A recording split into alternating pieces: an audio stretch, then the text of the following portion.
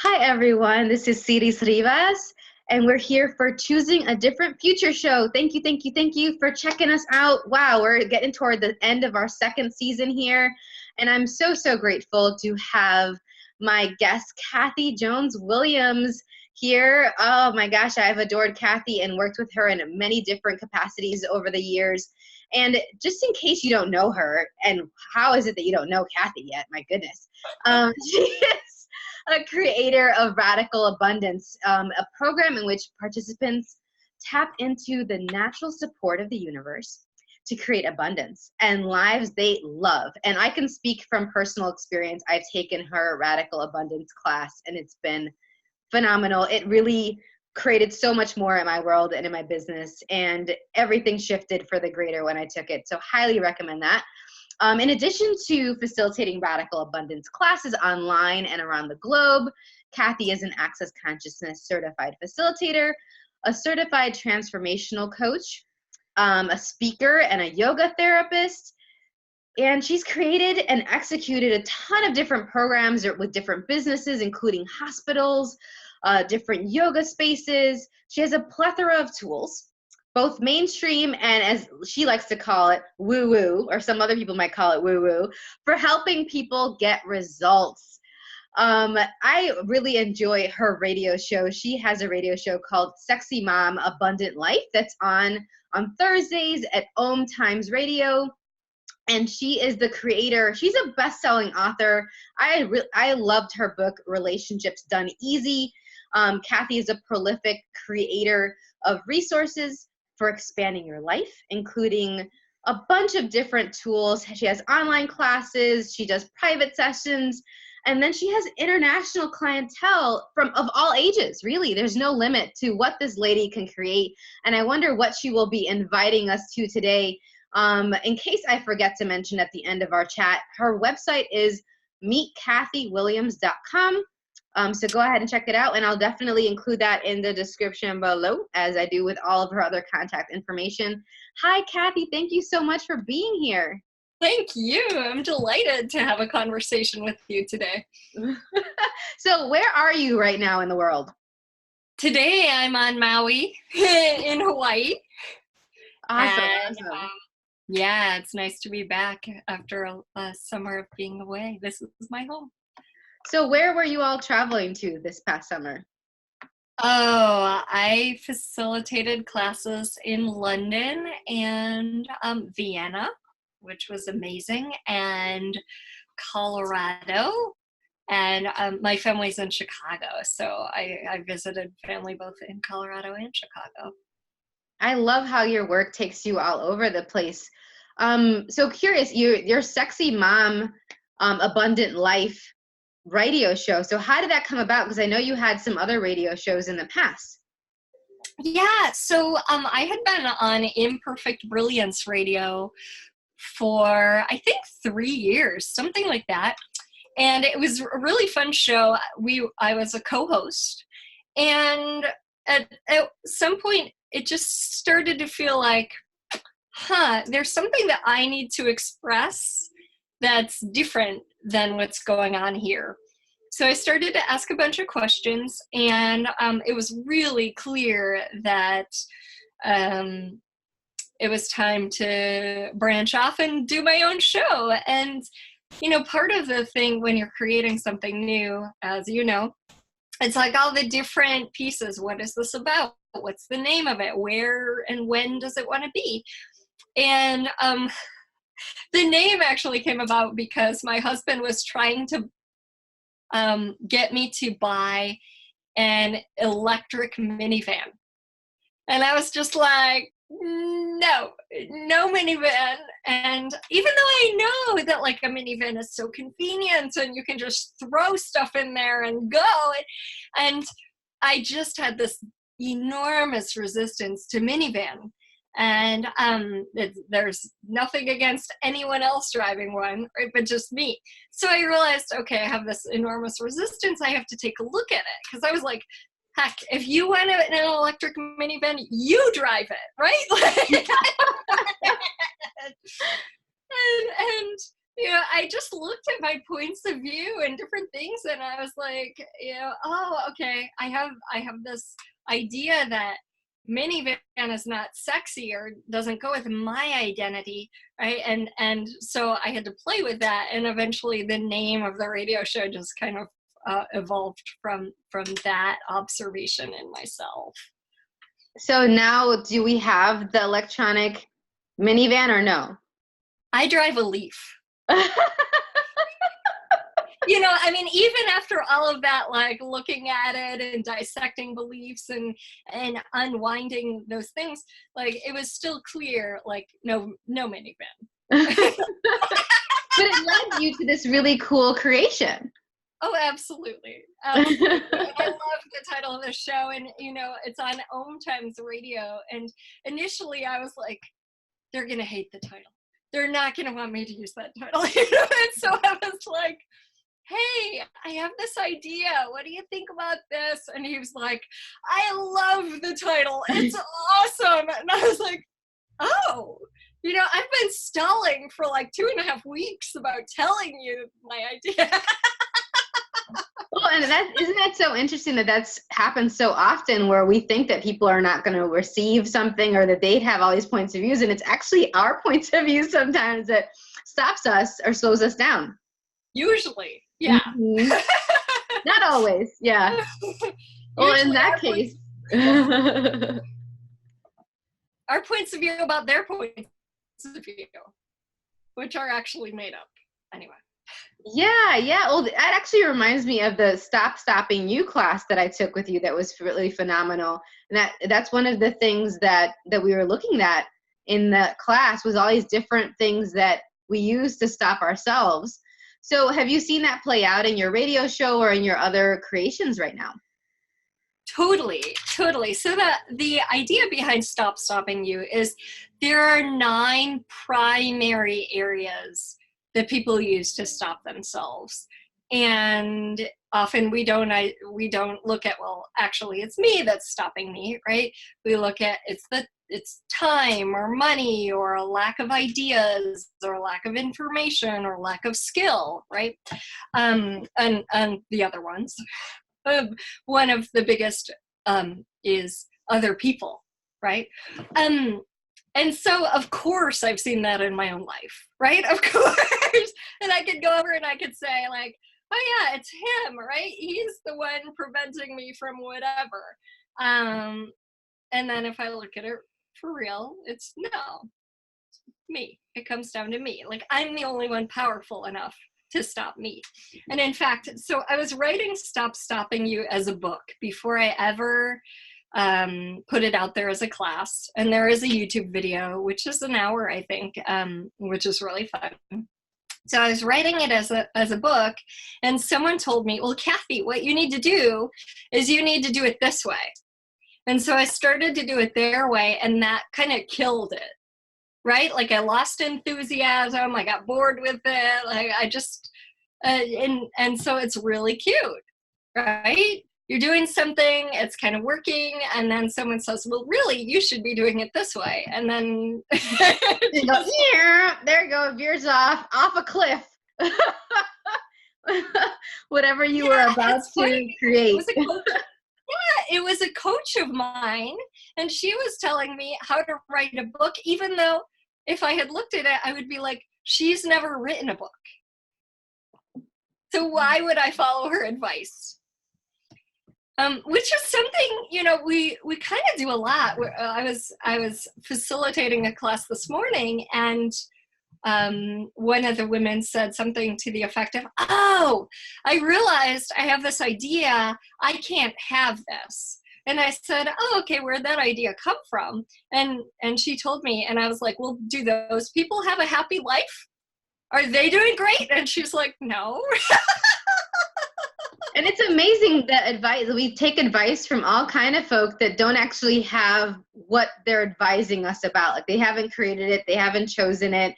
And yet we'll totally be like, oh yeah, of course, we'll make their point of view greater than what we know. Yeah. Yep. We're really cute. Mm-hmm. But the cool thing is when we have that awareness, right? Oh, I'm doing this, right? I'm stopping myself here because I'm trying to do it someone else's way. Okay, then we get to ask questions about, well, what really would work for me? And make a new choice. Yeah. Wow. Yeah. So gosh, so these new ventures you're doing, you're actually choosing a whole bunch of new things that it's even news to me. I love it. You're just this constant inspiration of like 10-second living and following your awareness and your energy. And I thank you for that. So with these new creations, like how are people responding to it?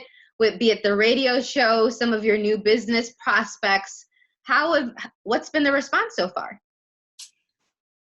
Amazing, actually. I think what I'm learning more and more, and of course it's a constant revealing of itself, is like the more committed I am to like what's really authentic to me and what's in integrity with me, no matter if it feels like, oh my gosh, I'm departing from this body of work that I studied so deeply, or this kind of exercise that I'm sharing on YouTube is totally different from that, or people are going to judge it. Like the more I'm willing to just show up and convey what's real for me and present in the moment, the more the better the response. Right? It's just like, sometimes I'm like, I'm like teetering on the edge of pressing post, I'm like, just do it. Yeah. And sometimes those kind of videos are the ones that like get the most comments, or like I had it where it was like, that's Kathy, what you posted today is exactly what I needed to hear. Right? And so it's like the constant process of like trusting me in that moment to just go, right? And it doesn't have to match anything I've ever seen before. It doesn't have to match anything that, someone else has said is real and true. And, sometimes that feels really risky.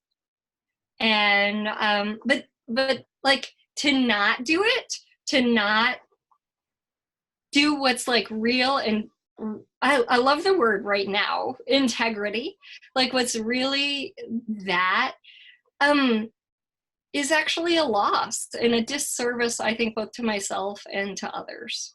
Yeah, there's a lot of people that are waiting for exactly that, for you to show up, even if it's one person or 1,000 people, that they're like you said, that comment, that's exactly what I needed to hear. I wonder how many people are waiting for us to show up and speak or do and be that invitation to a possibility that they know, but they would like us to show them, or for us to reiterate that for them, or to show them a different way that can look like. Because this theme of what you've been speaking to can show up in so many different areas of our lives. It's really true. Yeah. Oh my goodness. Wow. So, gosh, so these ventures that you're choosing right now, all these new creations. So for the radio show, for instance, what are some of the topics that you've covered so far? Because Sexy Mom Abundant Life, that can be so many different things. What have been some of the topics that people have responded pretty greatly to, that maybe they've said things like, oh, wow, that's exactly what I needed to hear, or I've never considered that? It's so funny because I'm trying to think of what last week's show was, because people were like, you sounded like you were speaking just to me, and I can't even think of the topic. That's my memory every day, so I get that. Oh gosh. What was that topic?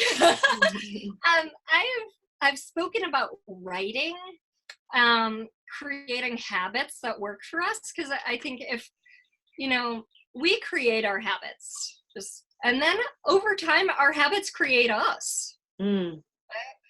And so creating habits that work for us, right? Because if we're going to do something more or less routine and without even thinking about it, we may as well develop something that actually really works. works, Mm-hmm.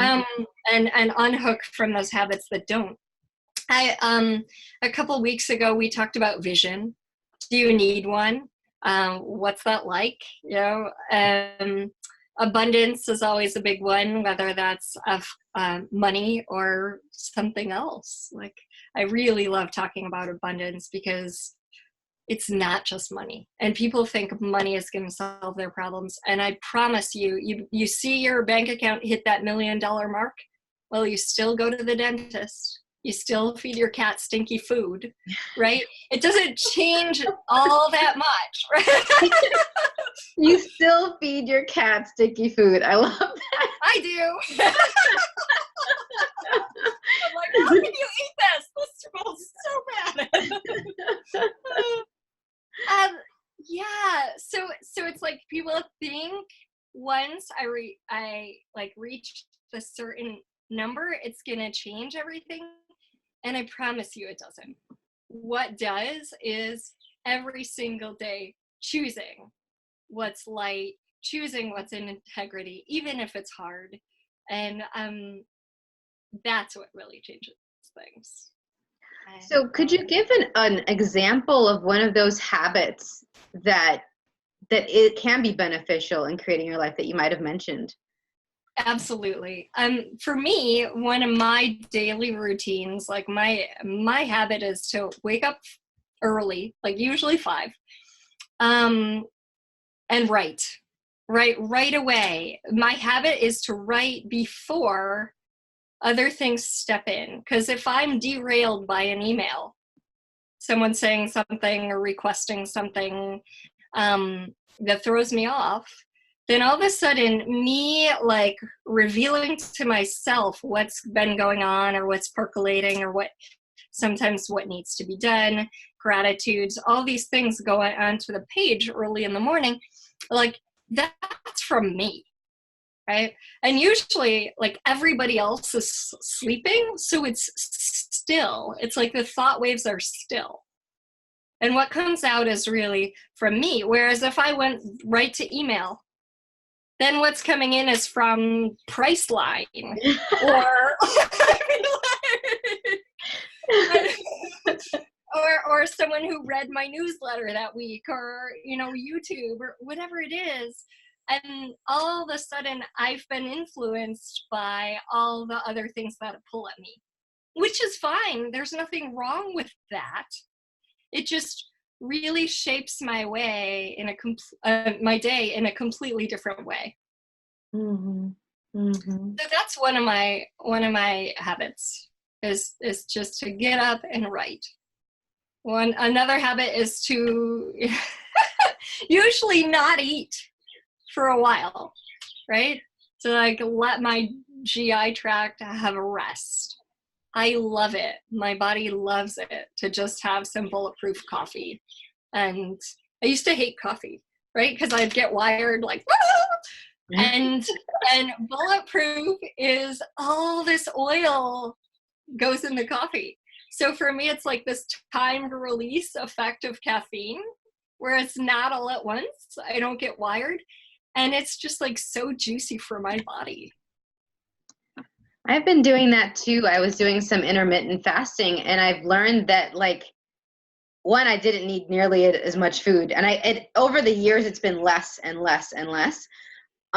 With all this energy work and just receiving from the earth and from other bodies and from the classes I facilitate, it's just, I don't require as much food. And it seems to have exponentialized. I literally am like, wow, very few meals and very few food.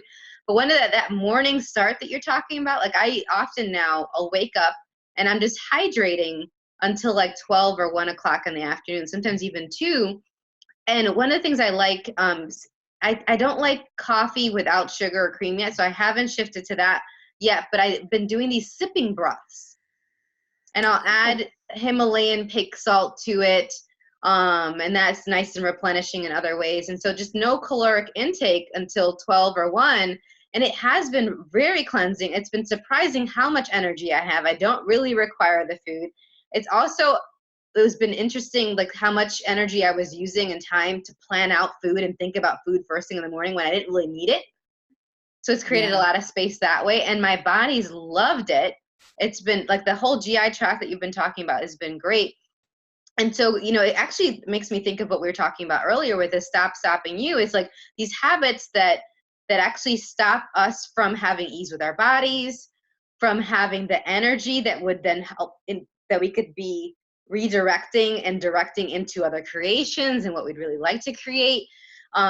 It's this habit that you're talking about. It's to have that ease and that lit up living, but it also seems to be to have that clarity, so you're not slowed down, because I didn't realize how much the food was kind of slowing me down, like that sluggishness, like even just digesting was taking energy and putting it somewhere that I didn't really need to send it that way. I could just send it over here.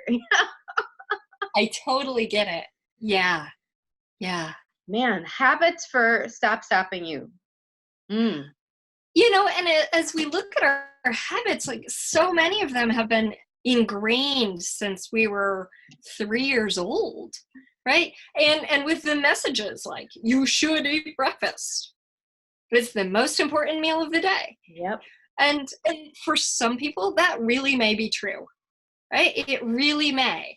And then I think the importance in is questioning, hey, does this work for me?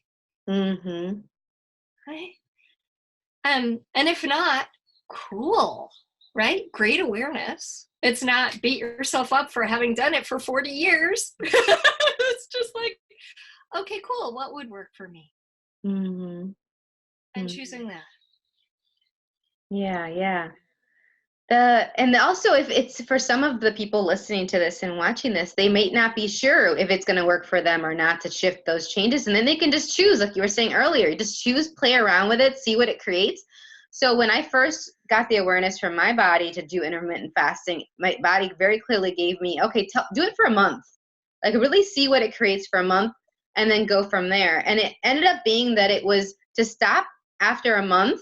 But it wasn't because it wasn't going to work for my body later on. It was just my body already knew that it was going to require a really chaotic eating when I was in Puerto Rico and all this stuff going on. So I was like, don't even worry about a schedule. Just eat and rest when you can.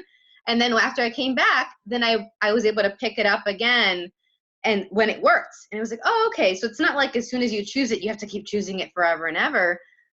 But seeing like what it would create, to just consider it and really committing to it for a bit of time where you actually get that information and see what it creates with your body can be really beneficial. Well, and I love that point. You know, it's not like it's law, right? Okay, this is now what I'm going to choose, and I'm going to choose it forever, right? I mean, someone might choose to be vegan for 2 weeks. Like, oh, I'm just going to rest from animal products for 2 weeks, right? And I think a lot of times we try to make something like this permanent thing. And like over the summer, I usually journal right when I wake up. And over the summer, I didn't do that all the time. And I was able to see that actually this practice really nurtures my life. Right? It really does. And of course, there are days that I'm not going to do it. And that's okay too. But sometimes when we take a step away, we can see how something's been working, if it's been working, and, you know, choose to recommit to it or step away from it. Yeah, I love that. So do you have any tools that people can use, or like, you know, exercises that they can use as a habit to stop putting other people ahead of them? Like we were talking about earlier today, you know, that whole like, okay, this person's guidance, their point of view about writing the book, you know, that you brought up, or about how to run your business, you know, what you should do even as a business, that using their point of view ahead. Is there like a habit that we could practice, be it daily, weekly, that could build up that muscle of us actually choosing to follow our awareness instead of other people's points of views? I love that. I really love that. So I have a couple of things. And one is when I'm making a choice, and more and more, because we're aware, we're aware, and the more aware we get, the more aware we are of other people's stuff.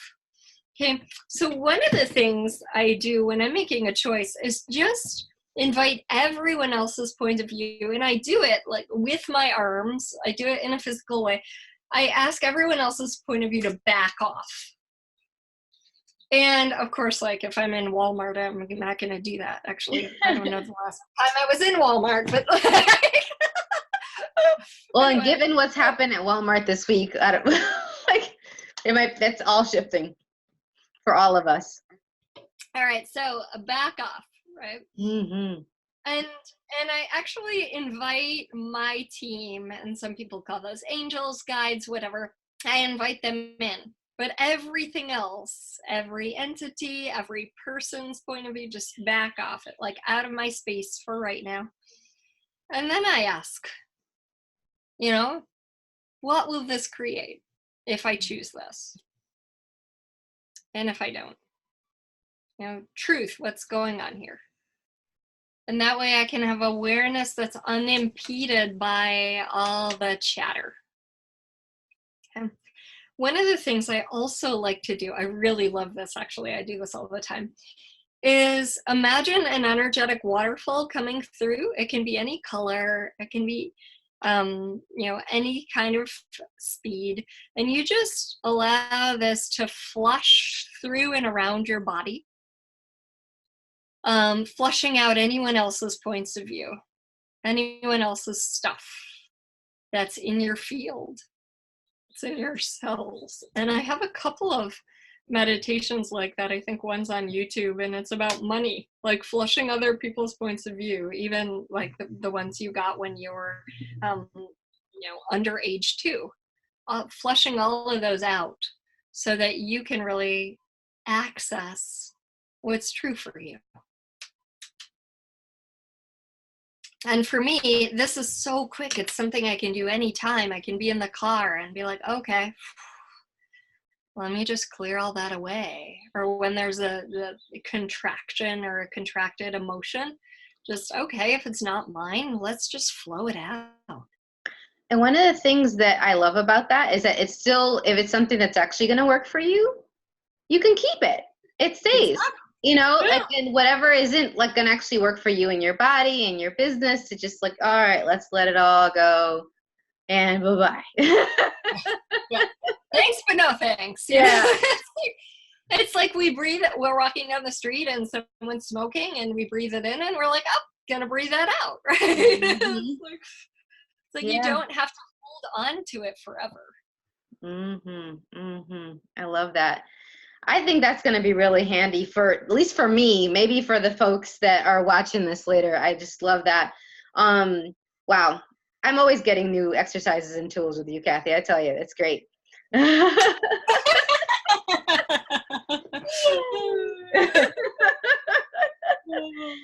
So, with all of this discussion about abundance and how it's beyond money, and I love the example of like even the points of views about money that we might have bought from other people and our parents in our lifetimes, and letting anything that's actually not true for you just flush on out and let that waterfall. I love waterfalls, so you got me with waterfall. Like I was Yay! good.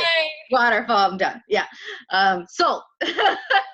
But the other thing too with that is this idea that abundance includes all the things that you've been talking about, and it's also something really different that isn't really discussed in this. It definitely was never discussed before I found you. Like I just didn't really know what to think abundance was, how it actually looked like for me, because that's going to be different for each of us. And so I was wondering if you were to perceive like an abundant future or multiple abundant futures that are possible, like what are some steps that we can take that would create that now? I love your questions. I was thinking that earlier, and now with this one, it's like, whoa, okay. I think a lot of it's a reframe, because we say like, I have a lot to do. Right? Or I'm overwhelmed, or, and it's like, actually you have an abundance of things to do. Okay. What do you have an abundance of? A lot of people have an abundance of negative thinking or an abundance of doubt, right? And so it's like, what is there an abundance of? This universe knows no lack. The only thing that creates lack is your thinking that there's lack, right? You can totally cut yourself off from the flow of the universe. Right? I mean, you can't totally, but you can think you can. Yeah. So, you know, I mean, one of the things that I really love to help people tap into is, if you were living abundantly, what would that be for you? And again, for you, meaning flush everybody else's concepts out, because someone else's concepts might be this giant house and, you know, in a big city with, you know, a butler. And yours might be, no, I want a little cottage, like on a horse ranch. Mm-hmm. Or I don't even want a house. I want to travel all the time. Gypsy living. Right? And so it's really like, what is living abundantly to you? And usually it starts with an energy, right? An energy of like, okay, I'm supported, right? I'm in the flow. I'm feeling connected. Whatever kind of qualities those are, they're energies and they're available now. You don't have to have $5 million in order to feel those things. So we think it's the outer circumstance that creates those energies for us, when it's really, no, us tapping into those energies and being those energies is what allows those energies to kind of expand and magnify in our lives. And so it starts with kind of identifying, and you can even be in it and identify, oh, I love this, more please. Thank you. So let's say you have an amazing client that's just so fun to work with. You're in that space of it. You're like, oh, more please. Thank you. And so our life experience helps us identify what it is we'd like more of and what it is we'd actually like to pivot away from. So if I'm feeling like, there's too much noise, there's an abundance of noise, wow, I would really love some more quietude or some harmonious music. Cool. So what is it I'd like to pivot toward? And allowing that to kind of be the touchstone that, oh, what is the energy of abundance for me? And then let me tap into and reinforce that every day. And let that be my reality instead of whatever old reality I've been living. Because the old is easy to tap into. Yeah, it's familiar. Because we've done it. Yes. And in that familiarity, there's a safety. Like, we might not like it, but there's a comfort to it. Mm-hmm. And in the new, in the unfamiliar, a lot of times it's like, even like I was talking about earlier with posting something that I've never posted that kind of idea before, right? There's I'm not sure, but I know this is going to create something more, so let me expand into it. Mm-hmm. And so, you know, that's why a lot of people keep doing the same things they've always been doing, right? Those old habits, because they're familiar and they're comfortable, and the unknown is scary, but the unknown is where the life that you'd really like to have is. Yeah. It sure is. So much here, Kathy. Wow. I'm gonna leave it there because that was so yummy. And I have no other words. I'm in another space that's more me. That's just yummy. I'm not even going somewhere else. I'm right here with you, and I'm receiving all of the yum. And wow. And I invite everyone that's listening to us today to just perceive the energy of what Kathy's inviting you to. They may not be words for you either, but if there are any, maybe jot some of those down so that might be match up to that invitation she mentioned earlier of, okay, what are those energies of abundance for you? What are some of those words that might have the vibration of that you can then look to as a way to remind yourself of what's true for you, what's authentic for you in these 10 seconds. And then also know that it's going to continue to change and evolve. Absolutely. And if you have any questions for Kathy, go ahead and you can post them below the video. I'm going to include all of the contact information for her below this video as well, so you can absolutely message her directly. You can go to meetkathywilliams.com and check out her classes and events and services. Please go ahead and subscribe to the video if you enjoyed our chat here today. And you can visit choosingadifferentfuture.com to check out all of our other episodes and our guests. And if you have any recommendations for who else we should have on our show, please go ahead and message at choosingadifferentfuture@gmail.com. Thank you so much, Kathy. It's been a pleasure, per usual, to chat with you. I really appreciate it. Thank you. It's been a delight. And I'd love to just mention that at meetkathywilliams.com, there is a free money rain meditation and a create your life exercise that you can hop on over and get for free if that sounds fun for you. There you go. And people wouldn't choose it for what reason? I'm not sure. They don't want money. Okay. Thanks, everyone. Thank you, Kathy. Thank you.